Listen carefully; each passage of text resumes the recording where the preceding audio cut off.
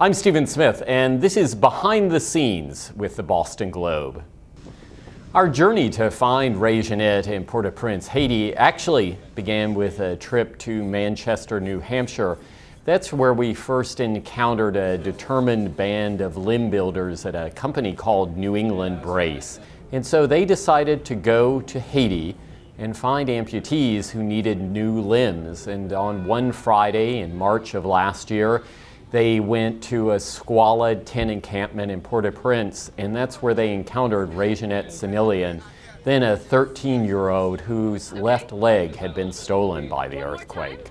In the early days of the earthquake of coverage there was just the simple lack of communications, the lack of food and water.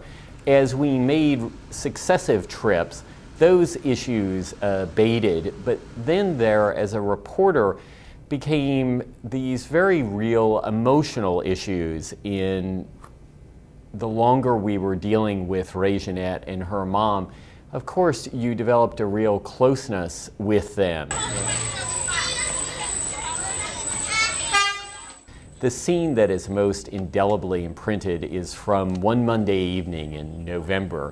We had gone back to the soccer field that was her home, and at that point Ray Jeanette had begun going to school, a makeshift school next to the camp, and she was known for being a particularly dutiful and skillful student.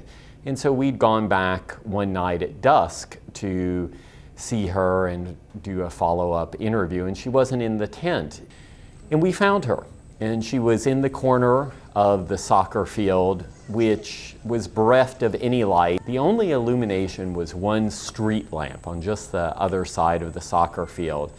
And there was Ray Jeanette, so determined to study that she was sitting at dusk in the corner of the soccer field with those stray rays of light.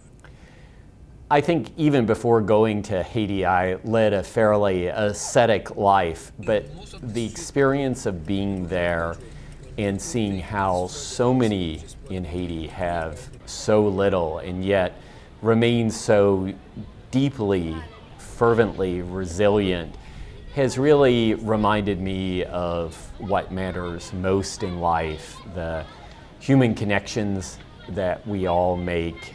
So it was devastating to know at the end of a reporting trip I was getting back on a comfortable plane and heading to Boston. It was just heartbreaking.